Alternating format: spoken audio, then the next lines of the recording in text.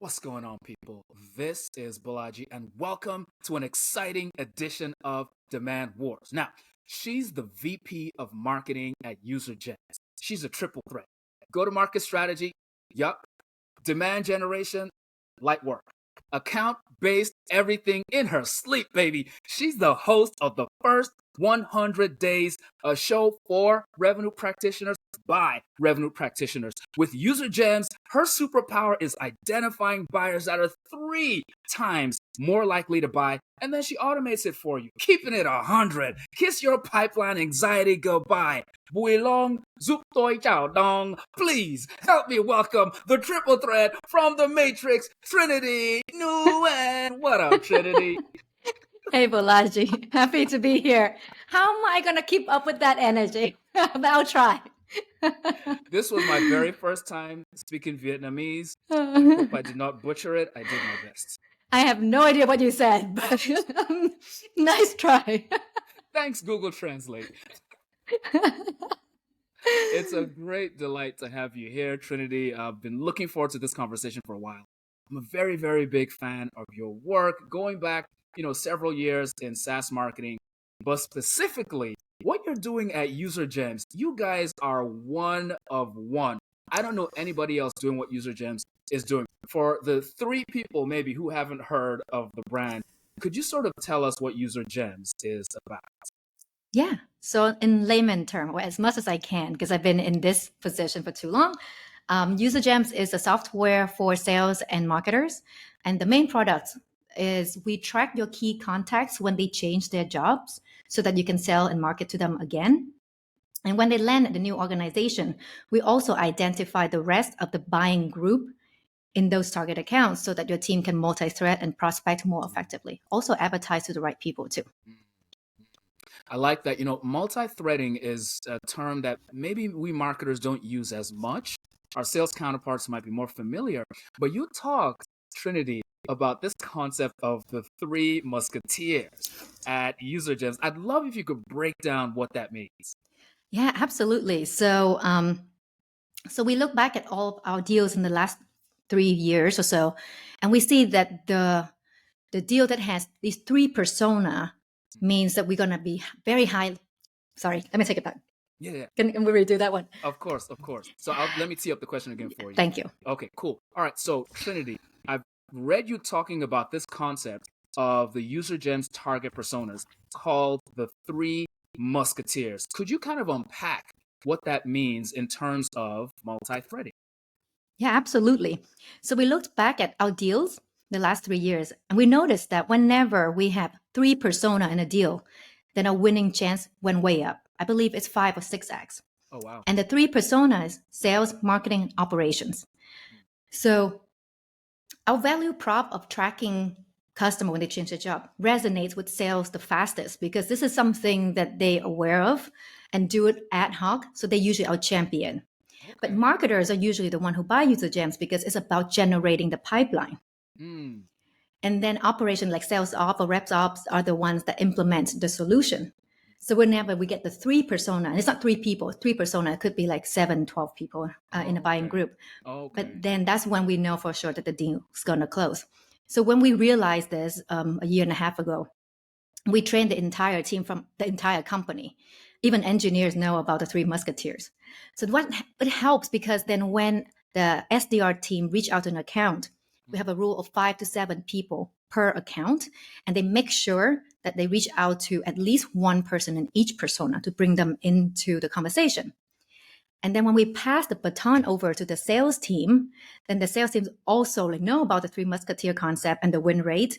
So after the first call, they multi-thread out to the missing persona to say, hey, usually in the next call, we're going to do a deep dive and technical. And usually we see that rev ops will get involved, et cetera, et cetera. So that concept goes through the entire sales process. In marketing, we're also running multi-threading ads to the missing persona during our sales cycles to encourage them to also join in. And these ads are really subtle. It's not going to step on the toes of the sales team. It's more like, hey, someone in your team is talking to us. Do you want to join the conversation? That's it. But very soft call to action. Very soft, because the goal of these ads is not to like convert. Like, yes, some people do request a demo, but usually what it does is when you don't ask for a hard CTA, people actually do things. It's like raising children. When you don't make them do something, they actually will do it. I don't have kids, but I remember how I was as a kid. This is wisdom. So that they see the ads and they start slacking around like, hey, I see this ad, looks pretty cool, because it's really soft. If someone's evaluating user gems, so the goal is to get on their end to have internal conversations about user gems. And then when it's relevant, they join. You know, user gems using job change events as a trigger. You know, like I mentioned, I don't see anybody else doing it. Maybe salespeople are doing it ad hoc, as you mentioned. I don't see any companies building around that job proposition. But it makes so much sense intuitively. Could you help us understand, Trinity, why there's so much value in actually tracking an individual who has switched companies? Yeah, I think it's pretty straightforward. I mean, they know your products already. They go into a new organization. New executives usually spend 70% of the budget in the first 100 days, because when they join, they have all these like OKR KPI to hit. They hire to shuffle things up or make some changes. So this is when they spend the money to reevaluate the tool, the staff, the services. So you marry the fact of someone has a budget, have willingness to buy, Right. and already know you. So if they have former customers, they know you, they trust you. So it's just like the trifecta of all the perfect storm, right? So it's at least 3x. We've seen with some companies it's 5x in terms of conversion compared to their normal leads. That is crazy. That is crazy. And you aren't just speaking from the user gems side of the house. You experienced this yourself. You shared about being a former chorus advocate. And now you're a gong champion. How in the world, Trinity? Yeah, it's crazy. When I wrote that post, I'm like, wow, it really happened, because I didn't think about it actively. But yeah, I was a chorus champion. I love the product. I mean, I think from the technical standpoint, chorus at that time was really, really good, probably better than Gong. Gong was relatively new then. So I told everyone about it. And then I joined a new company. We didn't have any call recording tool. Right. So in my mind, I was still a chorus fan, but then like there was no urgency, right? Like, and then I start like seeing content from Gong. Right. Well, this company is kind of cool. And then someone from Gong reached out. I'm like, well, as a buyer, I have nothing to lose to evaluate a new tool. Oh boy. Yeah, especially if you're a marketer, we all have shiny object syndrome. That's true. Very much. So it's like, well, it doesn't hurt. Let's check it out, because we want to know what's the latest thing is, and we can bring it into our pipeline. Wow. So I evaluated. The rest is history. Wow. Been a Gong raving fan for, I don't know, 3.5, 4 years now. Never looked back. So I think it's kind of like this scenario where chorus probably didn't know that I didn't come back, right? Like, you don't know what you don't know. It's like the dark funnel. Yeah. Like the ones that come back on their own, they're like, oh yeah, we closed a deal because they used us before. But how about the ones that never came back? You just forgot about them. Oh my gosh. Yeah, that blows my mind. And I was going to say, you should probably be on Gong's homepage. That's a customer marketing story. That's a great story. I think you've actually, even since your time at UserGems, you've sort of emphasized the use of customer stories, maybe not the typical case studies that we're used to. How are you guys using customer stories at UserGems? I think we're doing pretty decent, but there's always room for improvement.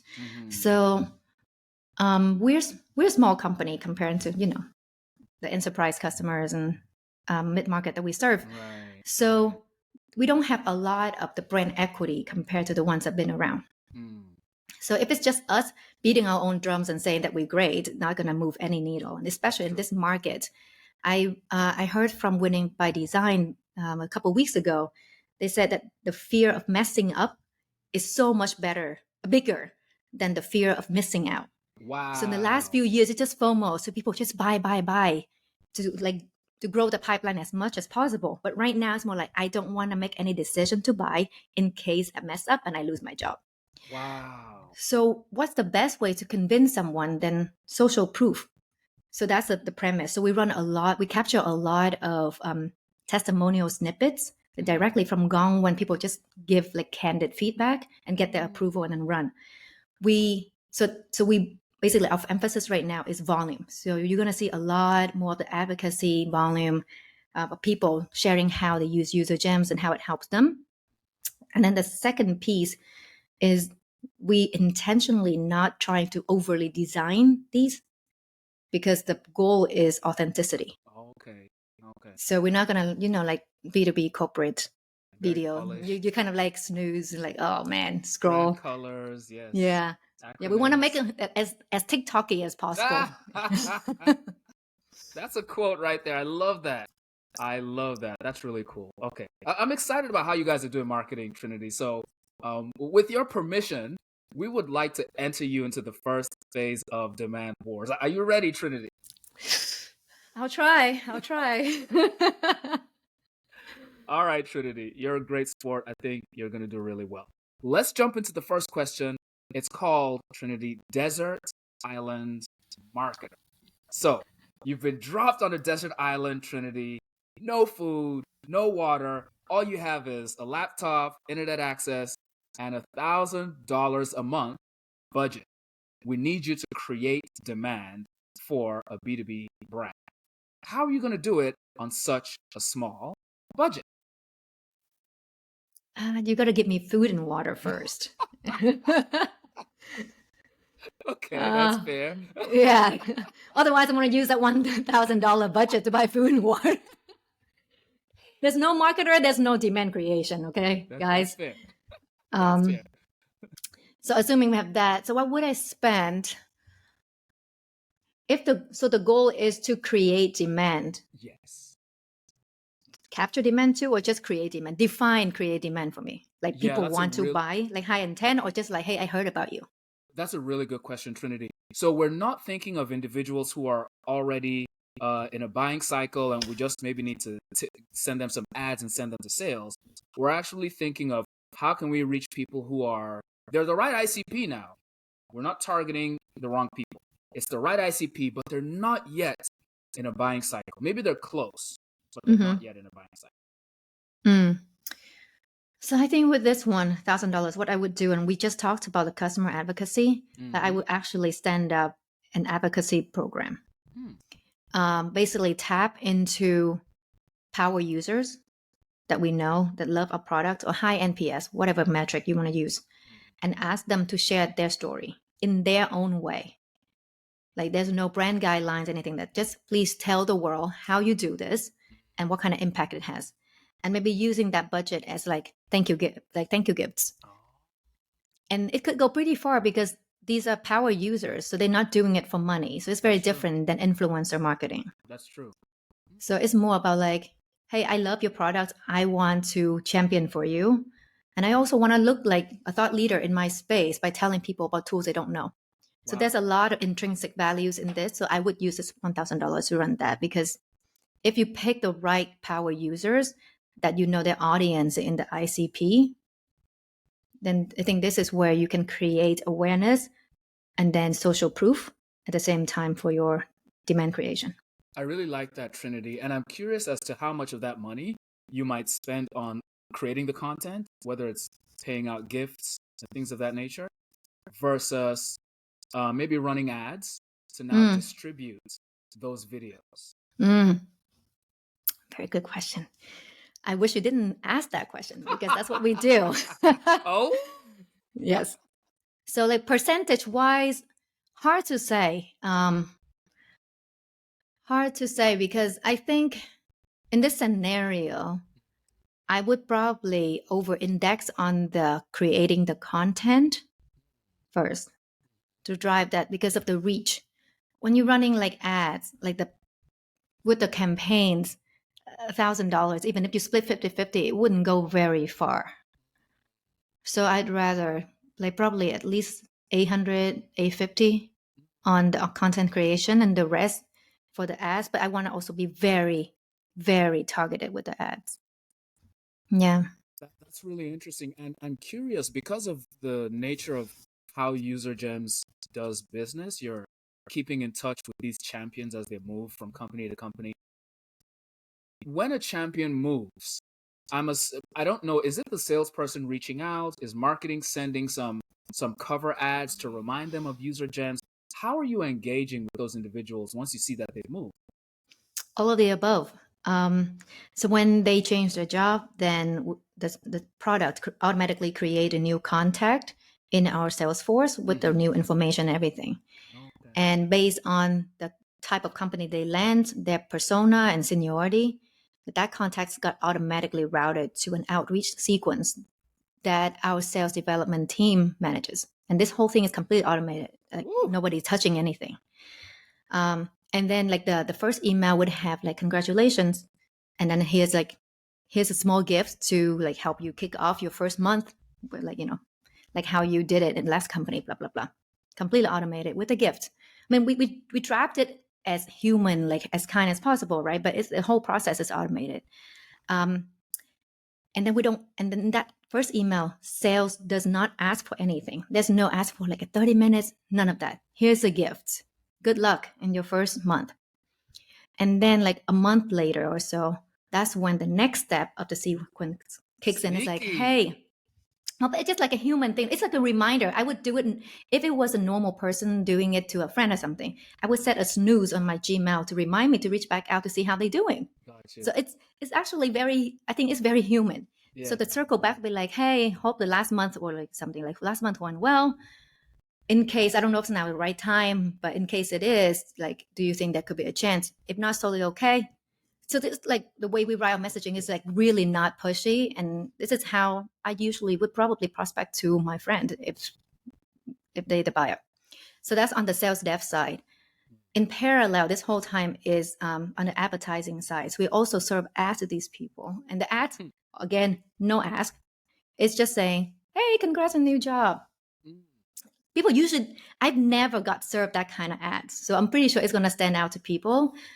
And then that's it. And then it's just like they know which company it came from, stay top of mind, essentially provide some kind of air cover.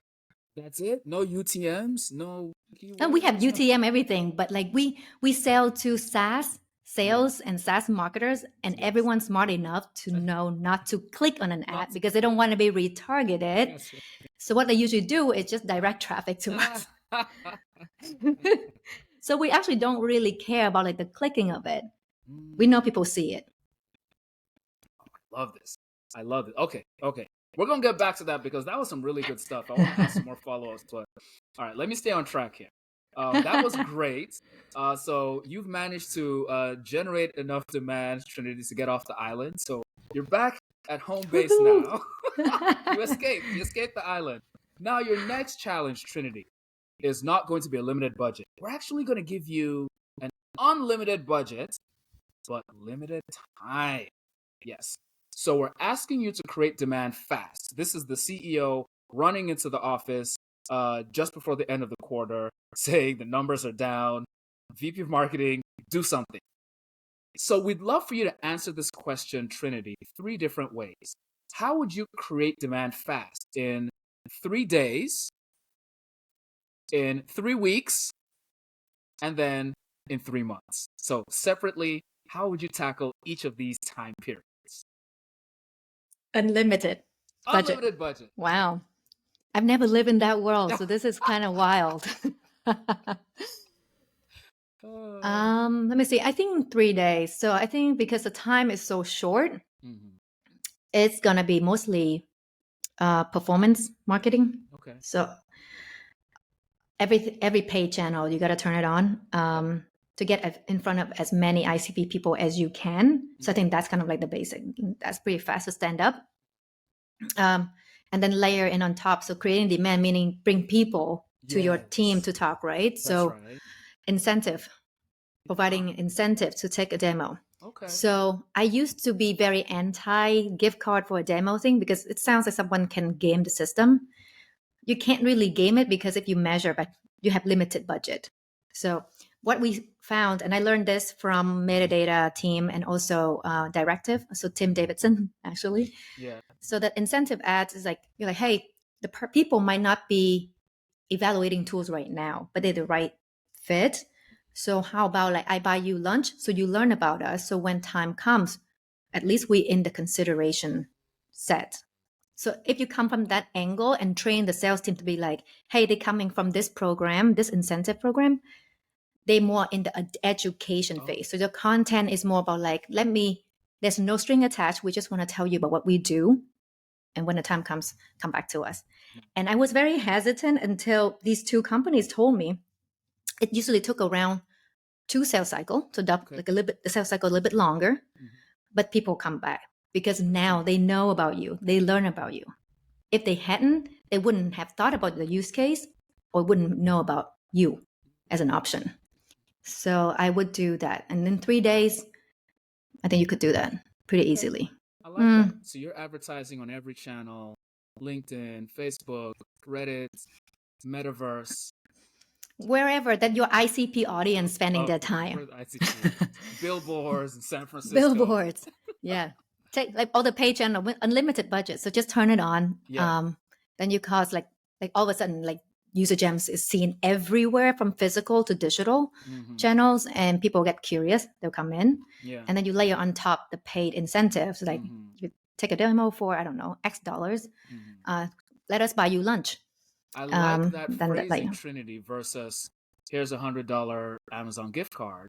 It might be the same monetary value, but buy you lunch. Like we all like free food. Come on. Yeah, I mean that's what we do usually, right? Like kind of like restaurants give you an incentive to like a new restaurant for you to come in and check it out. So I don't think it's a bribey in any way. It's more of like give us a chance to tell us about what we do. Yeah.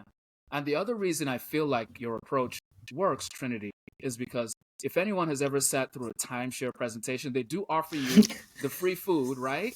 But it's a trap. Yeah, no, that one is a trap, 100%. They will not let you go. So yeah, like I think it just depends on your sales process, how you enable your sales team to know how to handle this type of inquiries. No, that's good. So that is buyer friendly. That's really good. I appreciate that as a buyer. Okay, so Trinity, if you now have a little bit more time, instead of 3 days, you have 3 weeks. How might your approach differ to create demand on limited budget?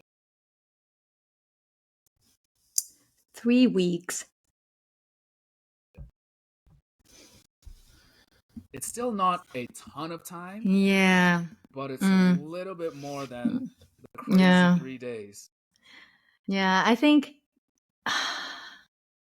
ABX wouldn't work. It's still too fast. I think 3 weeks is probably when you layer in a lot of the physical stuff like conferences, local exec dinners. And because you have unlimited budget, you can actually deploy teams in all major cities where you know your ICPs are. So I think these are actually, I heard from a lot of companies that it's very effective. We're relatively new in this channel, so we're still exploring it. One of our, a good friend of the show, Sangram Vajre, he founded Go-to-Market Partners. He's formerly of Terminus. So he has been running these road shows. It worked for them really well at Terminus.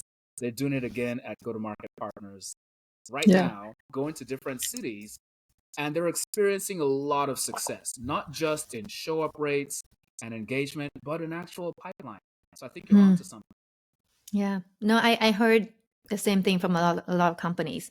We're still a pretty lean team, so we're still getting into it, getting our feet wet. But I definitely believe in the value of these physical in-person interactions. Yes, I love that. I love that. There's a thread that I've seen in a lot of your posts, Trinity, when you talk about marketing at User Gems, and that honestly is being reflected in some of your responses here.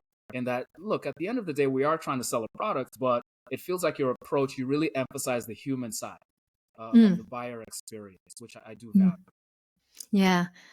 I hope we can continue this way because we that's how we started out. We want to make sure that we as buyer friendly as possible, but while still running, a profitable company and efficient without like capital allocation, all that stuff. So there's always a trade off, and how do you make sure that you can keep a right balance? That's true. But at the end of the day, it's people buying from people. Like I don't care like how great your product, like technical products, as like all that. If I like you as a person, I'm going to give you so many chances. And I've seen this firsthand on the buyer side from so many companies. I've seen it like the vendors mess up multiple times because I trust the team behind that product and like, hey, you messed up there. Can you fix it? And then let's move on. That's powerful. That's powerful. Okay, Trinity, we're giving you a whole quarter now. At this point, this is like an eternity, Trinity. Yeah. You got a quarter, 3 months. What are you doing to create that demand? Unlimited budget. The sky's the limit. I mean, I think this is when we need to get into like building out the content, like basically not the brand. 3 months is still short. I really think like content is valuable and evergreen and will be a lot more efficient than the outbound. So like everything I've been saying. But like that usually takes a while to get that kind of consistent, predictable flow.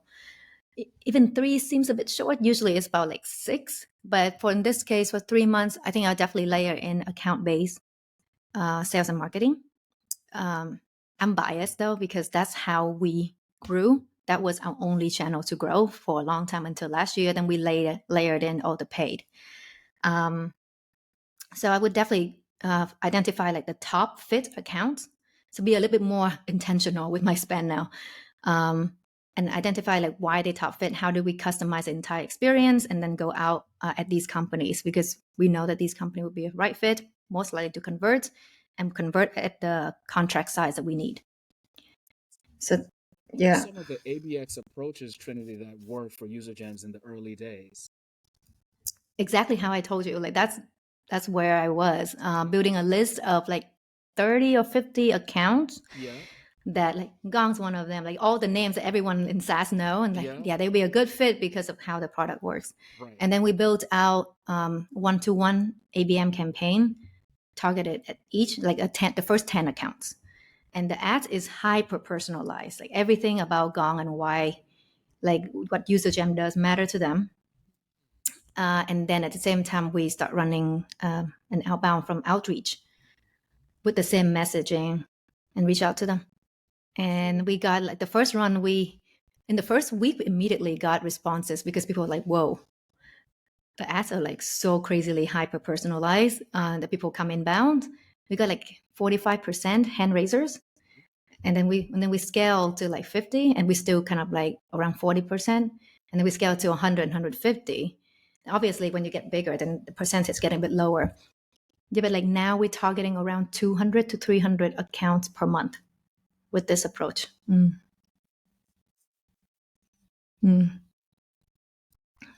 Turning in people's heads as they're hearing all of this stuff, because we did say unlimited budget, but in reality you implemented this with a limited budget. You were a young company and you got such great responses. So this is one. Yeah, it was probably less than $1,000 a month when we started. Yeah. Okay. But you do need 3 months, right? You need time for people to raise their hands, so that's why. That's helpful. That is helpful to me. Okay. I'm loving this, Trinity. All right. You're knocking this out of the park, Trinity. I don't know. We might have to find a hard question for you, because right now you're killing it. I'm going to jump to the next question, which is about this term called marketing like a media company. So this is something that we've been seeing people talk about maybe on LinkedIn over the past year. Maybe they're asking for B2B companies to treat their content as a product. What's your sense? What does it mean to you when we say marketing like a media company? What could that look like in our space? To be completely honest, I don't know. I love the idea of a company has a media arm. And that's essentially build the brand for the company. I like that direction. How do we get there, and get there in a way that is palatable from the cost standpoint? I don't know yet. We kind of like tinkering with it, trying to figure out how to do it right. So a number of things that we do is like, from the content standpoint, like obviously we have key themes that we want to get out there. Yep. But at the same time, we're also like trying to hear from social, not just like SEO stuff, like some social, like what do people actually care at the moment? What do they talk about? So we can generate content that serves the people that want to read, the intent, and not just to serve for SEO ranking. So I think that that's a very basic way, but we're small. So that's kind of like how we're approaching it. And then we like even when like the way that we write our customer stories is very much like a journalistic style. So it feels like you're reading an article. So it's not just like, I'm talking about the typical. So like we just do like these small baby steps. And now we're revamping our website because we have a bunch of content now. But it's hard to find stuff. So now our goal is increase the time spent on our site, because I read somewhere that if you can keep someone on your site and them clicking through 7 pieces of content, any content, then the likelihood of them converting is a lot higher. So our goal now from the content team is like, how do we increase discoverability? Like if you're on UserGem's site, how do we make it as close to Netflix on a shoestring budget underscore as possible, so that help people to kind of like continue to consume our content, and that will help build the trust with the brand and the product. So when they're in the market, they come to us. So that's what we're doing, not rocket science. Trinity, in a good way, because I've been listening to the podcast the first 100 days, and you guys have it structured. It's up to season 4 now, right? And already, when I was going through the podcast episode archives, I was like, oh, this is season 4. Well, what was the theme for season 4? So I went to look for the trailer. There's a trailer. I looked for the trailer, and yourself and your co-host, you're like, in this season, we're talking about this time. I was like, well, what did they talk about last season? And then I went to look at just that simple structuring, Trinity, breaking it into seasons with themes. I was already pulled in. So even on a shoestring budget, I think it's starting to show how you all are trying to create this universe for people to be able to lose themselves in. That's so nice of you. I think we were just trying to figure it out. A lot of throwing spaghetti against the wall. Maybe 1 or 1.5 will stick. Low expectation here. This is good. I appreciate that. We're all trying to figure it out. That's great, Trinity. I would love your help in figuring out this question, though. It's very relevant to some of the stuff you've talked about. There was this movie that came out a couple of years ago by a guy named Jordan Peele. It's called Get Out. And in that movie, it's like a horror movie. They had this place called the Sunken Place, where a guy basically he gets lost in his own mind, so to speak. I feel like marketers are often finding themselves in this sunken place where they know that doing demand capture only is short term. You'll hit your numbers, but in the long term, you're missing out on a lot of people. Marketers want to do more demand creation, but they can't go do 100% of demand creation because that's not going to drive their pipeline. How do you think it is, Trinity, that marketers can almost thread the needle between focusing on the short term, hitting that pipeline number, but also doing some longer term things so that 6 months from now, they're still bringing in brand new people? Yeah. I think this is something that a lot of marketers are trying to figure out right now. So for me personally, the way I look at it is like in 2020, 2021, the way I kind of split up my budget is 80-20. So 80 is for capture, and then 20 is for brand or content, the long term. And I got the approval from the CEO because he understands like how this works. So that's fortunate in that end. But the only person who I've read where they seem to figure it out is Cognism. So they went from demand capture purely, so lead gen, to demand creation. And the way that they do it, they split into 2 funnel. One is for creation and one is for capture. And you gotta make sure the demand capture always hit its mark. Doesn't matter if you work for a CEO that understands marketing or not. At the end of the day, the CEO needs to report to the board, and the board needs to report to the investors. So the revenue goal is like it trumps everything else. So you got to make sure the capture part works, no matter how hard it is. And then when you get that, then you gain confidence and freedom to do whatever you want in the creation. Basically, buy time to build out the creation side. Yeah.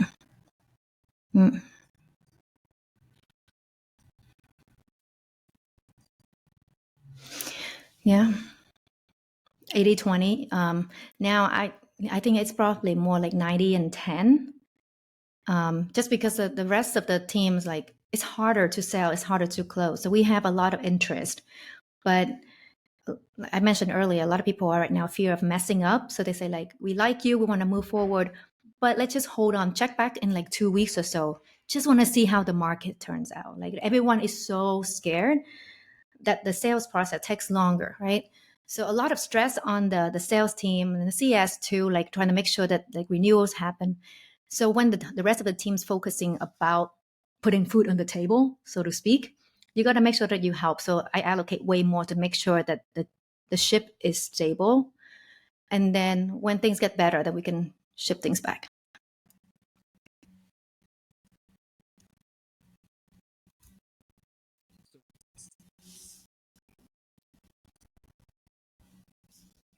Mm-hmm.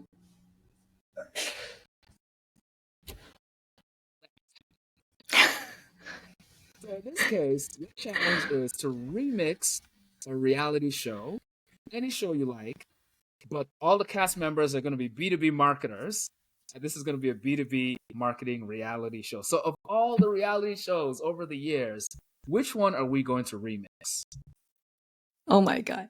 So I don't watch reality TV show. Oh, say it ain't so, No, Trinity. no, it's true. It's true. The only one that I watch, because it was during COVID, is Too Hot to Handle. And I thought it's hilarious. So if we use that for marketer, like, I don't know, maybe like do like I don't know what you want to call it, but put a bunch of marketers in there and they just cannot use any B2B jargon. No abbreviation, none of that stuff, and see how long they last. It's mean. We love our jargon. What are you talking about? Can you tell, for those who maybe haven't seen Too Hot to Handle? I think it might be a Netflix show. Can you tell us what the premise of that show is? Oh God, it's definitely not safe for work. Ah, The premise is they put together, I think, 12 people, like half men, half women, who are like they who didn't know they signed up for this show. They kind of thought that they got on like this island to find, like, dating, almost like a real world back in the day, like a lot of okay. dating, a lot of, like, good time. Yeah. Turns out the premise is you're not allowed to do any of that. And if you can sustain yourself, then you're gonna win $200,000 at the end Oh of my the gosh. show, and see how long they can last without doing something like naughty. Oh, that's hilarious. I could almost see salespeople designing this show for marketers, and a lot of the a lot of the things marketers love to do. The salespeople said, "You can't do Yeah, that." yeah. That's really good. That's really good. I appreciate it. Trinity, you've been a great sport. We're gonna wrap it up real quick with a rapid fire round. This is called One Gotta Go. I'll give you a list of three things. As a marketer, you can keep two of them, but one has to go. Ready, Hmm. Trinity? Yep.